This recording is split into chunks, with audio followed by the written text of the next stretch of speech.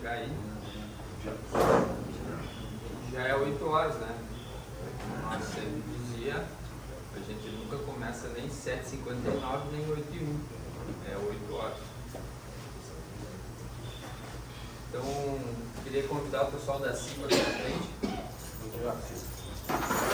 Estamos evoluindo. No primeiro dia só tinha um, no segundo tem 2. A esperança é que no terceiro apareça os 3.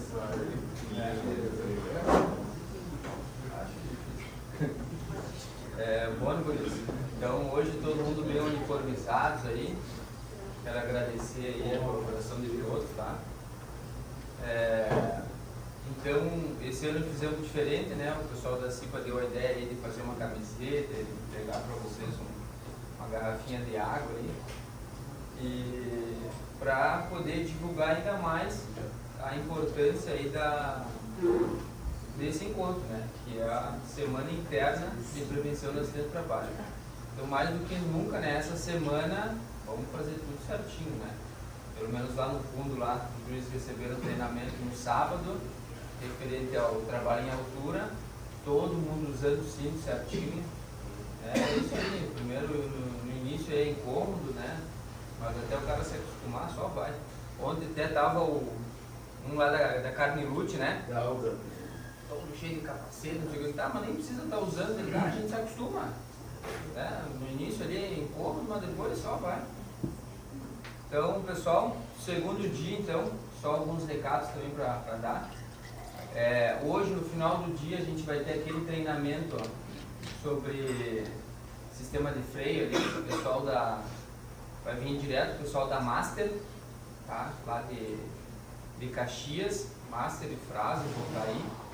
Então, quem botou o nomezinho na lista ali está convidado, então, a depois das 6 horas vir aqui. E o nosso treinamento de alinhamento ficou para amanhã, tá? Daí aqui isso é limitado para 8 pessoas, tá? Como a gente não tinha comentado antes, eles me falaram ontem que vão vir, né? As 8 pessoas eu já convidei, se uma delas não puder vir, né? Porque a gente falou muito em cima da hora, já tem gente também em lista de espera. Tá? Então, quem não puder, comunique logo, né? Que daí eu vou convidar os outros colegas aí, tá? Então, só relembrando, toda essa semana a gente vai ter a semana de palestras aqui em cima, às 8 horas.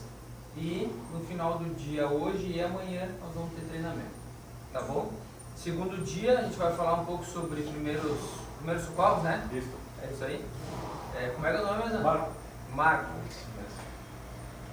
O convidado é o Marco, lá da Brasul, é isso, né? Tá? E espero que vocês gostem, tá? Tentem pegar o máximo de proveito aí para poder, se um dia precisar usar aí, né? Passo a palavra para vocês. Bom dia a todos, que Deus nos abençoe nesta manhã e vamos tirar proveito da reunião. Bom dia, obrigado. Passa a palavra. Bom dia, pessoal. Bom dia. Eu estive aqui, acho que ano passado. Isso, Passa rápido o tempo, né? Meu nome é Marcos, quem não me conhece, sou enfermeiro. Sou enfermeiro socorrista, trabalho no SAMU. Trabalho no Santa Casa como enfermeiro, trabalho no MED também. Então, estou treinamento com a Brasul, de primeiros socorros, de primeiros hospitalar. Então, estou sempre fazendo treinamento com o pessoal, porque a gente acredita que o treinamento, palestra, é o que realmente salva vidas. Né? Esses momentos que a gente tem aqui, um pouco de aprendizado, um pouco do que a gente sabe, daqui a pouco serve para alguém em algum momento e vai ajudar vocês a fazer um atendimento, a prestar um socorro, enfim, a dar o primeiro suporte, que é o mais importante. Quem é que salva a vida de alguém?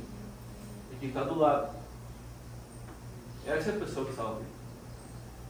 Quando acontece algo, o mais importante é saber o que está acontecendo e acionar a ajuda precisa, né? Quem a gente precisa chamar. Então, o mais importante é quem está do lado reconhecer o que precisa ser feito, agir com calma e acionar quem tem que ser acionado. Isso é o mais importante. Então, quem vai salvar a vida daquela pessoa é quem está do lado.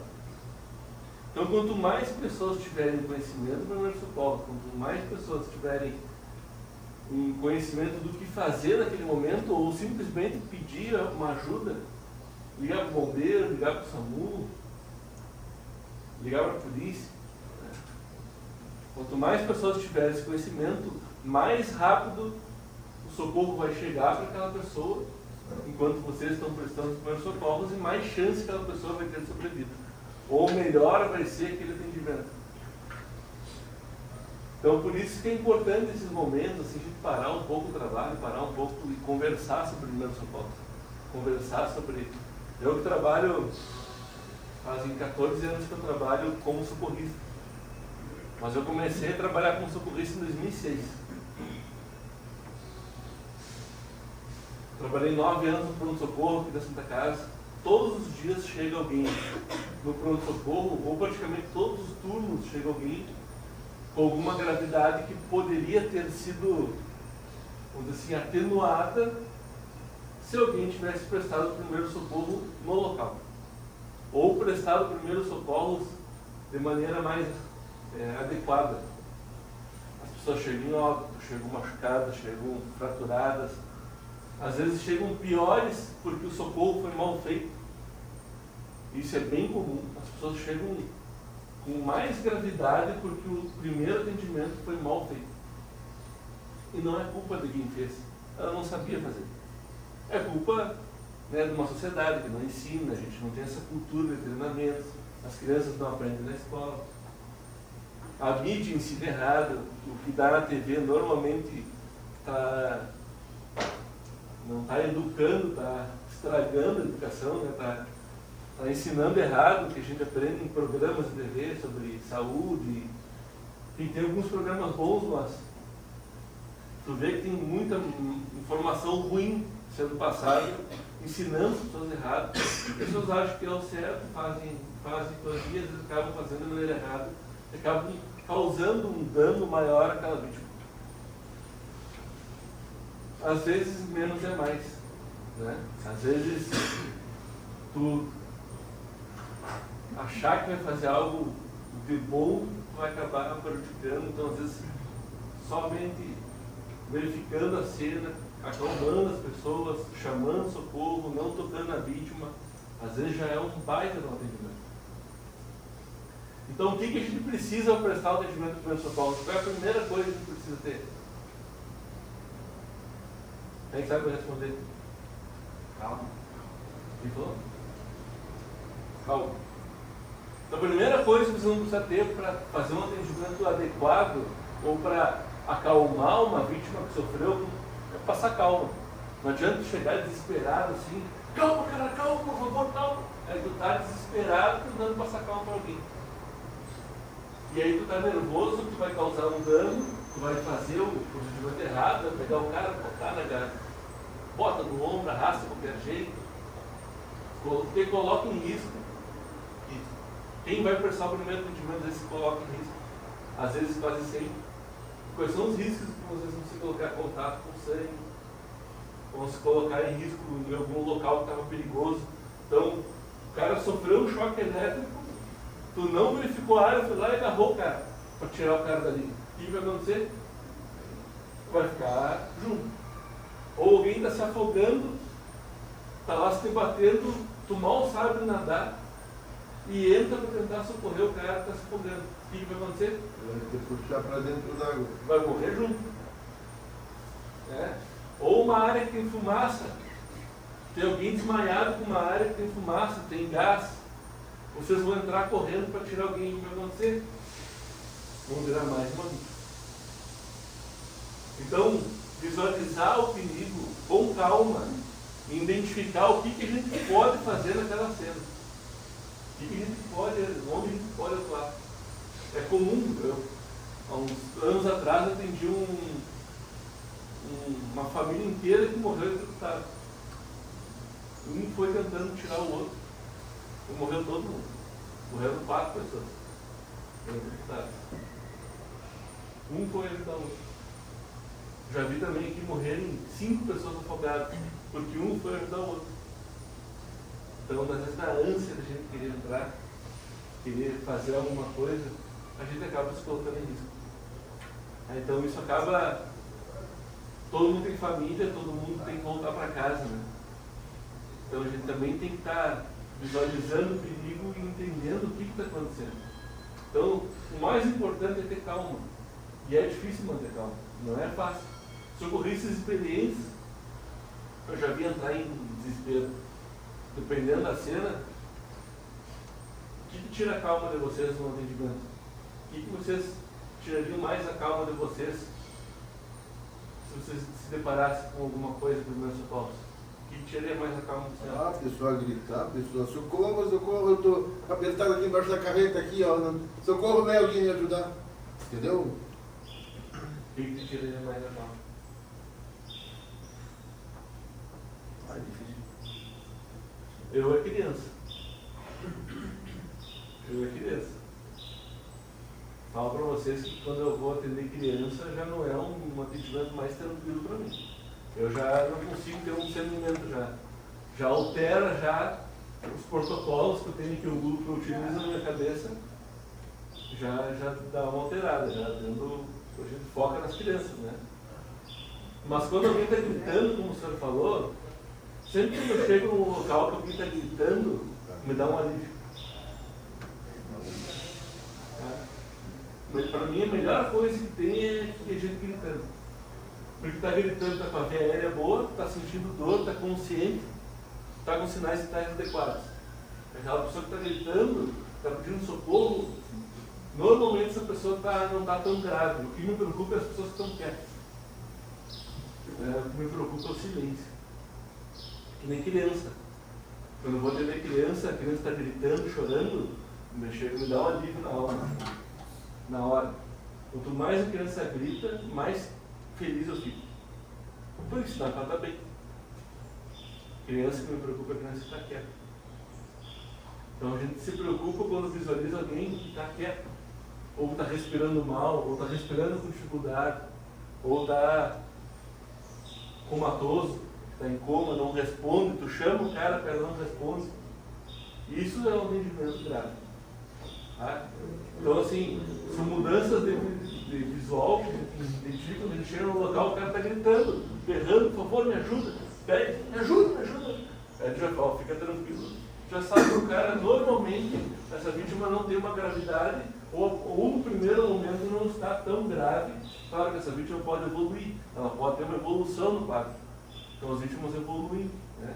Aquela vítima que no primeiro momento está estável, já vi daqui a pouco. Meu primeiro atendimento no SAMU, quando eu comecei, acho que foi em 2012, quando a gente abriu o SAMU, a gente chegou no acidente de moto, tinha um rapaz em pé, estava em pé na cena. E a esposa dele estava ao solo, com uma fratura de fêmur visível, assim. Era uma menina, ele foi de perto do risco, era um atendimento grave. O cara bateu forte num carro de moto, destruiu a moto, ele estava com o capacete na mão. E ele chegou e falou, cara, por favor, atende minha esposa. E aí a gente começou a atender a esposa dele era um politrauma, tinha fratura visível de perna, de braço, estava todo machucado. E a gente começou a atender. Quando eu olho para o lado, ele estava caído no solo, caído no chão, já inconsciente, e entrou em parada cardiorrespiratória e morreu. Bom. Então, às vezes, as pessoas, né, ele estava com adrenalina ainda, ele tinha uma hemorragia interna.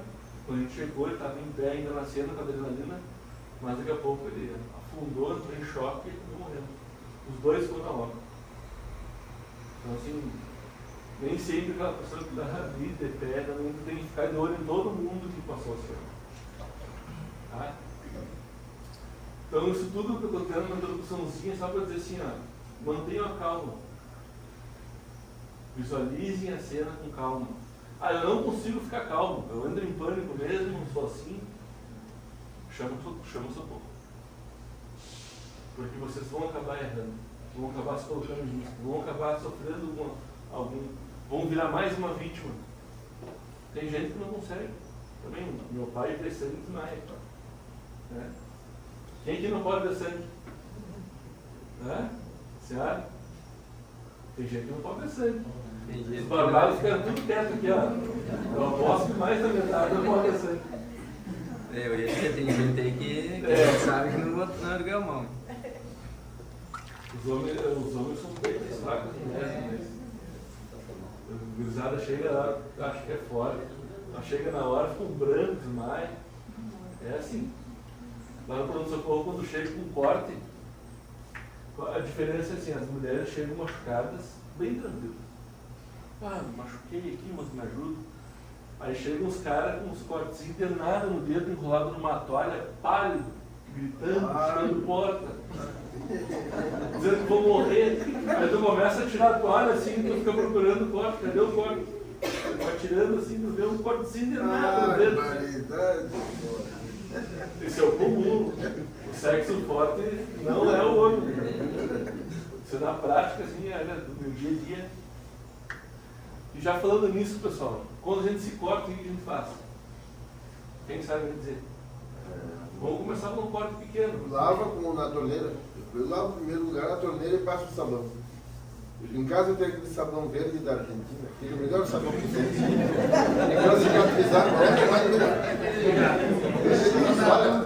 Para cicatrizar qualquer corte. Aí a gente tem que fazer uma diferença. Esse cortezinho superficial que a gente faz quando está cortando cebola, é o corte capilarzinho, claro, cortei dentro. Esse tu lava, faz um curativo, está resolvido o problema. Se parou de sangrar. Comprime um pouco ali, mantém limpo, está resolvido o problema. Não precisa de sutura. Aquele cortezinho superficial, esse a gente faz. Agora, teve um corte mais importante, está sangrando. O que a gente faz no primeiro momento? É um corte mais profundo, não bate sem sangue. O que a gente pode fazer? Levanta acima do coração. Como? Acima do coração, levanta. O que mais?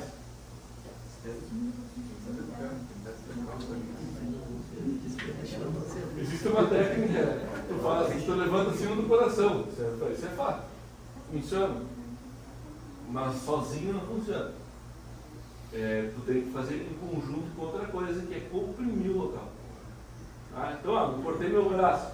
Vou pegar um pano limpo, coloco em cima e comprimo. Esse pano encharcou, o que eu faço? Troco. Pano encharcou de sangue. Coloca outro em cima, mantenha encharcado.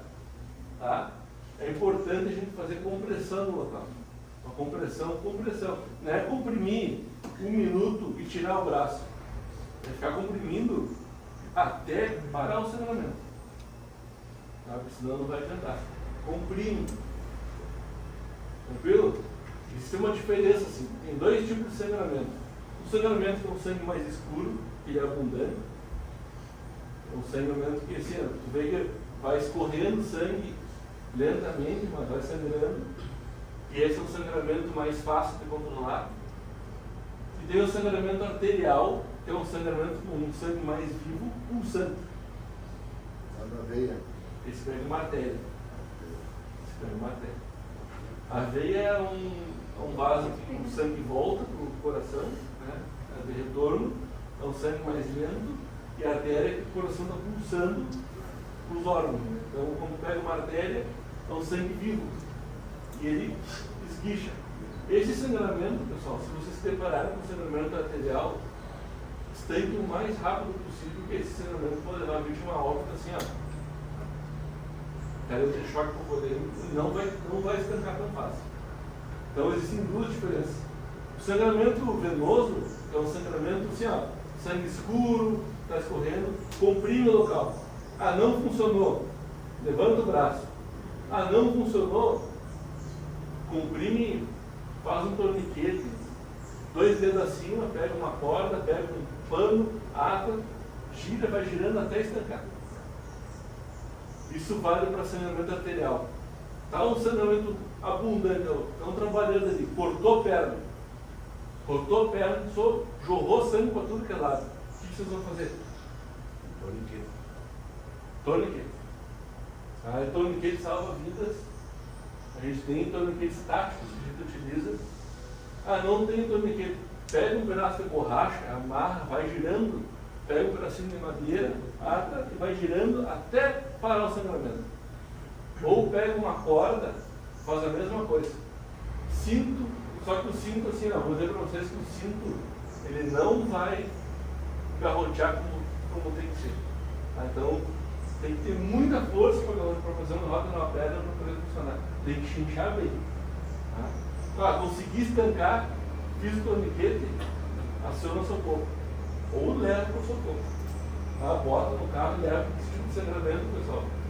Mata em 2, 3 minutos, o cara está em choque hipovolêmico, dependendo da artéria que pegou, se pega femoral, em 15 segundos o cara está morto. Então quem não está do lado,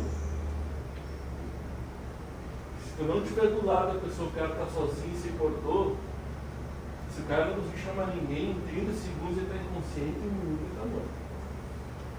Se pegou uma artéria importante, mata rápido. Então é importante o mais rápido possível tentar estancar esse sangramento. Uma vez eu peguei um atendimento no mosteiro de moto, eu coloquei o dedo dentro da artéria, conseguimos entrar, eu, o médico, coloquei o dedo dentro da artéria para segurar para chegar no hospital. Com o torniquete, com tudo, fiz uma pressão com o dedo para tentar estancar aquela artéria para chegar no hospital e com o toque cirúrgico para tentar conter. E aí a gente conseguiu salvar. Mas foi bem difícil de conter aquele sangramento. Era um esmagamento, cara, esmagou a perna, mano. Virou a perna para trás e esmagou. Então esse tipo de sangramento a gente tem que conter o mais rápido possível. Qualquer sangramento a gente tem que conter o mais rápido possível. Mas ele faz a gravidade. Faz aquele sangramento do dedinho, né? Esse aí a gente pode lavar, que o colega falou, lava, pode ficar um sabão neutro, um sabãozinho neutro, faz um curativo, daqui a meia hora tá bom. Ou um sangramento mais importante, que a gente tem que fazer compressão direta. Ou um sangramento mais importante, que tem que fazer compressão direta e compressão indireta. Ou um sangramento que vai levar o cara à morte, e a gente tem que fazer um traquete. Tá, e esse assim, por exemplo, se corta aqui, ó. Aí depois, quando aquilo ali vai voltar a funcionar, depois daquela veia, artéria. O cirurgião ele vai reconstituir ela. Ele tem que reconstituir. Se pega uma artéria importante, uma femoral, se tu tem que ter um cirurgião vascular que ele vai Vai funcionar de novo.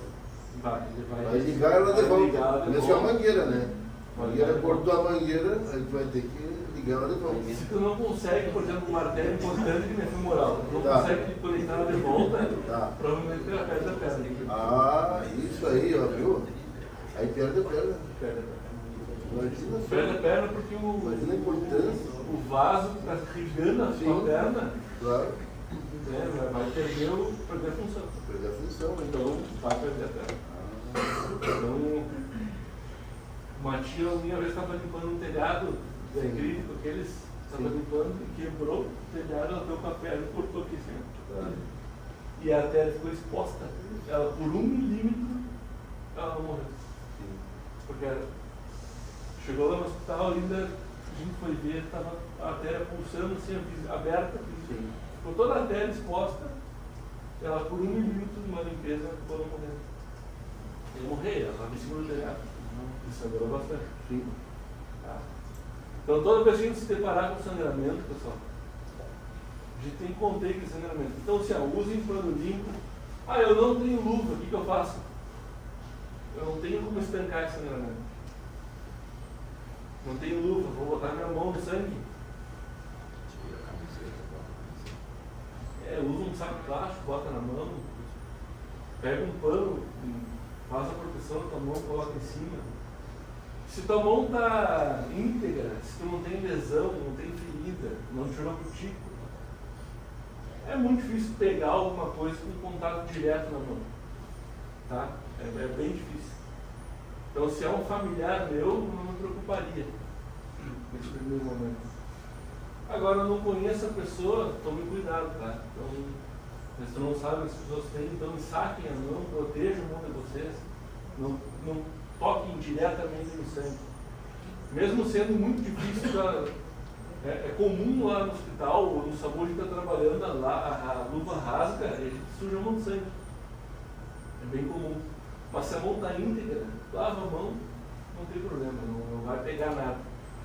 Agora o problema é assim, ó, tô com uma lesão na mão, toquei no sangue, aí tem que testar o paciente, vamos no hospital, às vezes tem que fazer até medicação, profilaxia, se tu não sabe o que o cara tem, por exemplo.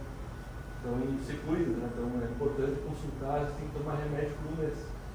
Tem que fazer profilaxia para não se contaminar com alguma doença.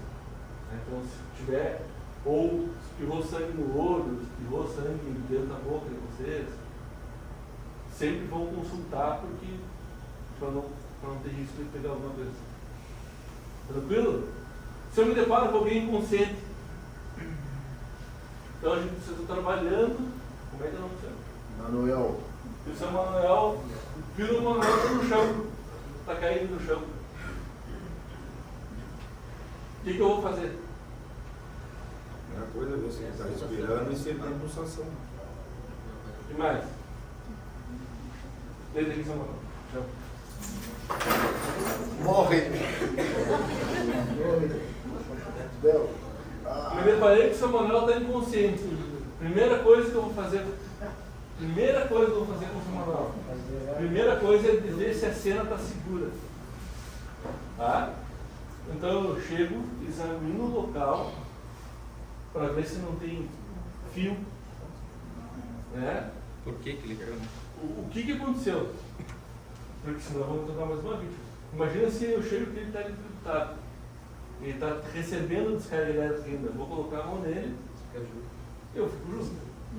Então me deparei com o seu Manuel. Tá? Está inconsciente. Olhei, a cena está segura, não tem risco. Olhei, fiz uma checagem geral. Até socorrista, quando a gente era novato, tu chega na cena, a primeira coisa, tua visão fica em túnel, né? Tu só olha para a vítima. E aí acontece, você coloca em risco. Tem que avaliar a área primeiro. Avalia a cena, avalia a área. Tá? Então, avalia a área, não teve risco. Eu vou chegar e falar, Manuel,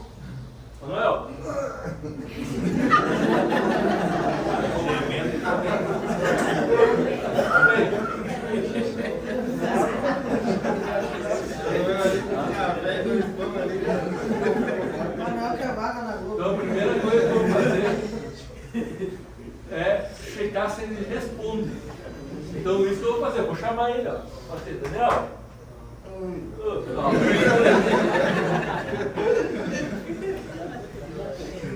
Então por fácil, se ele responder, eu vou. Tá? Então eu chamo. Se a pessoa responder, ela tem um nível de consciência bom. Tá? Então eu vou chamar ele. Então chamei ele e não me respondeu. Tá? Aí eu vou checar se ele está respirando. Está respirando. Está respirando, estou vendo o movimento no tórax dele, na barriga dele, estou vendo que ele está respirando. Tá? Chequei a respiração. O que pode ser? Uma queda? Pode ser uma queda, pode ser um desmaio, mas aí vi que não foi uma queda. Tá? Ele não caiu, não tem lesão, não está machucado, não tem lesão nenhuma. Pulsação. Está com o pulso cheio. Direito pro lado. Vou levantar os membros inferiores que podem ter desmaiado. Tá? Então, levantei. Manuel, pessoal, alguém já liga para o 92, por favor, tá? Já liga para o atendimento, já liga para o socorro. Alguém tem que estar vindo. Se for só um desmaio, seu filho, eu vou fazer isso aqui, ele vai começar a recuperar a consciência. E é rápido, tá? Começa bem rapidinho a recuperar a consciência. Vamos tentar ele. Se não for esse procedimento, você está certificando que ele não sofreu uma queda. Né? Não, Se ele não sofreu é uma trauma. queda, Eu não estou de trauma aqui. Tá? A princípio, ele só estava ali, caiu, própria altura, desmaiou, sentiu mal. de repente um colega cai numa certa altura, desmaia, e aí vem o outro, para as pernas. Aí é outra história. Não, mas só para nós Isso. deixar. Eu sempre verificando que o cara não foi trauma. Tá? Isso aqui é uma cena que vocês visualizaram. Foi visual. Vocês viram o que aconteceu. Tá? Ele caiu, ele estava aqui com vocês e passou mal e foi ao sol. Diferente é assim, tá trabalhando em cima de um caminhão e caiu em cima do caminhão. Aí é outra coisa. Ele está respirando, tá? Então ele não recuperou a consciência. Eu já estou ligando para o socorro. Alguém tem que estar vivo. Alguém precisa estar vivo. Tá? Então, mas primeira coisa, sempre vou chamar, senhor, Manuel, tá? Agora não respondeu, faça a primeira manobra. Não funcionou, ele não recuperou consciência. Estou aqui com ele, estou verificando, estou esperando o bando chegar. Se dá uma convulsão nele, qual eu faço? Bom, Tem muita gente que bota a mão na boca para segurar a língua. verifiquei que o Manuel caiu convulsionando. Tá? Que nem o Gabriel falou. O que é uma convulsão? Todo mundo aqui já viu uma convulsão? A gente teve esses dias aí na firma. Teve? O paciente tinha histórico já? Não que a gente sabe. É funcionário? Era. Tem que fazer um check-up, dar uma olhada. Ele tava trabalhando dentro com um baú. E daí até bem perto assim e aí ele simplesmente desmaiou. Mas foi uma convulsão muito mais. Pois é, daí ele a princípio ele só desmaiou. Daí os guris pegaram ele, viram que ele começou a convulsionar, era isso, né? 2 vezes. É. E ele desmaiava e voltava. Ficava, depois desmaiava. Daí a gente conseguiu tirar ele de lá de cima, botamos ele no chão, aí erguemos as pernas, botamos ele de lado, pegamos o ventilador, começamos a... Aí os guris, a gente chamou o SAMU, né? Só que o SAMU custou pra vir. E aí a gente ficou com muito medo porque a gente percebia que os batimentos dele estavam muito fracos. Estava com pressão baixa. Tem que saber bem ver se foi uma convulsão ou se foi um desmaio. Às vezes um desmaio, dependendo do tipo de desmaio, até parece que a vítima convulsiona. Porque o que acontece? A pressão baixa, não vai dormir, mano. Fica aí. Ah, eu estou aqui. O que acontece? Tem vários tipos de crise convulsiva. A crise convulsiva pode ser por arritmia cardíaca, pode ser por tumores cerebrais, pode ser por glicose baixa, pode ser por uma hipotensão causada por alguma coisa, porque aí falta oxigênio no cérebro, o cara acaba convulsionando.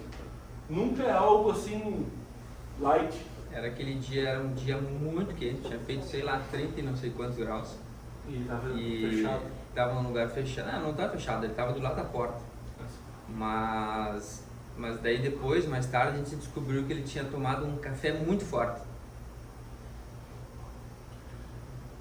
Bom, não tinha histórico, daí a gente conseguiu chamar os pais, né? E os pais, a princípio, nem na família. Provavelmente ele precisa de um desmaio. É. Mas tem que investigar. Ele precisa investigar. Então, porque se for uma crise convulsiva e alguém que não tem histórico, não é normal. Então tem que investigar. Tem que fazer um eletroencefalograma, tem que fazer tomografia, tem que fazer uns exames, tem que consultar. É bom procurar o médico dar uma consultada, porque... E aí, se foi só um desmaio, aí pode ter sido por causa do calor. E é comum, dias muito quentes, tu começa a suar. E quando a gente está suando, começa a suar muito, o que acontece é que a gente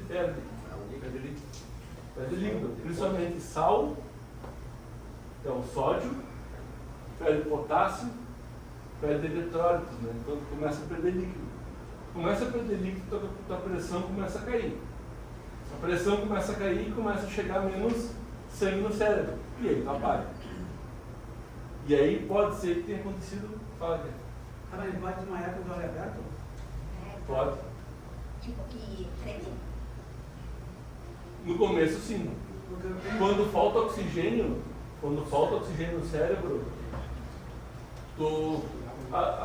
é comum até tu ter um tremor, assim, se torcer, ficar torcido. O cara cai torcido, assim, dá uma balbuciada. Até pessoas que estão tendo uma parada cardiorrespiratória ou uma arritmia cardíaca. Então, por isso que é importante verificar o que aconteceu, o porquê, o que houve com ele. Mas ele não ergue as pernas. Quando é assim, ou é? Se vocês viram que ele desmaiou, tá? Não foi uma queda, não foi um trauma. Não está consciente. Não está consciente, ergue as pernas. Pode ter sido uma hipotensão.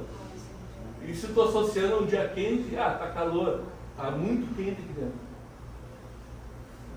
É bem provável que tenha sido por causa do calor, está trabalhando, suou muito, não tinha se alimentado, estava bem hidratado, tomou pouca água, teve uma hipotensão e acabou desmaiando. Isso acontece. Mas aquilo que eu digo para vocês, não é também comum a vítima acordar e desmaiar de novo, não é uma coisa comum. Várias vezes. Tem que chamar socorro, tem que ser atendido, é importante a gente visualizar o que está acontecendo. E numa situação dessa, assim, olha, o pessoal comentou assim, mas a gente tinha que ter levado logo ele. Porque ele não se machucou, a gente viu que não teve fratura, bota no carro e leva ele. Olha, não é errado. Não foi um trauma. Tá? Não foi algo que tu não poderia mexer no paciente. Então não é aí que está o problema. Só que tu tem que visualizar primeiro se o cara tem pulso, se está respirando. Aí, bom, tem pulso, está respirando, está desmaiado, com calma, espera um pouco, com segurança, pode levar ele. Agora, o que acontece? O que o pessoal faz? Joga dentro de um carro, sai a 150 por hora, chega ali no trevo e se acidenta. Isso é comum. Então, não é seguro, porque as pessoas fazem isso, não fazem? E acontece muito, foi alguns acidentes que eu peguei de pessoas levando vítima porque passaram mal. Daqui até lá é longe. É longe. Então, na maioria das vezes, é melhor, se está respirando, espera o socorro, demorou, o SAMU demorou, o SAMU vem do outro lado da cidade. Mas é melhor tu ficar fazendo a segurança, acalmando o pessoal, do que sair enlouquecido e se colocar em risco. Tá? Então, o risco é muito maior para as outras pessoas do que às vezes para o paciente. Tem que avaliar bem isso aí. Então, se eu falar assim, não bota num carro e leva, vão jogar dentro do carro, vão sair correndo e vão se acidentar. E se cortou, se está cortado saindo sangue naqueles casos lá? Vocês vão estancar o sangramento. Sim. Tá? Mas se for aquele sangramento mais... Não conseguiu estancar? Bom, aí sim, aí leva. Leva, mas leva com segurança. É aí que está a diferença. Vocês não podem se colocar em risco. Porque às vezes para socorrer uma pessoa eu mato 4 que está junto. Né? Ou um acidente bate numa família que não tem nada a ver com a história. Ele sofreu um acidente e a pessoa de risco também, né? Exatamente. Então a gente sempre tem que se preocupar com a segurança de quem está auxiliando. Tem uma regra que a gente fala que o socorrista é primeiro eu, depois o meu colega e por último a vítima. Então é primeiro a minha segurança, depois a segurança de quem está me ajudando e por último a vítima. Desculpa a palavra, a vítima já está na merda.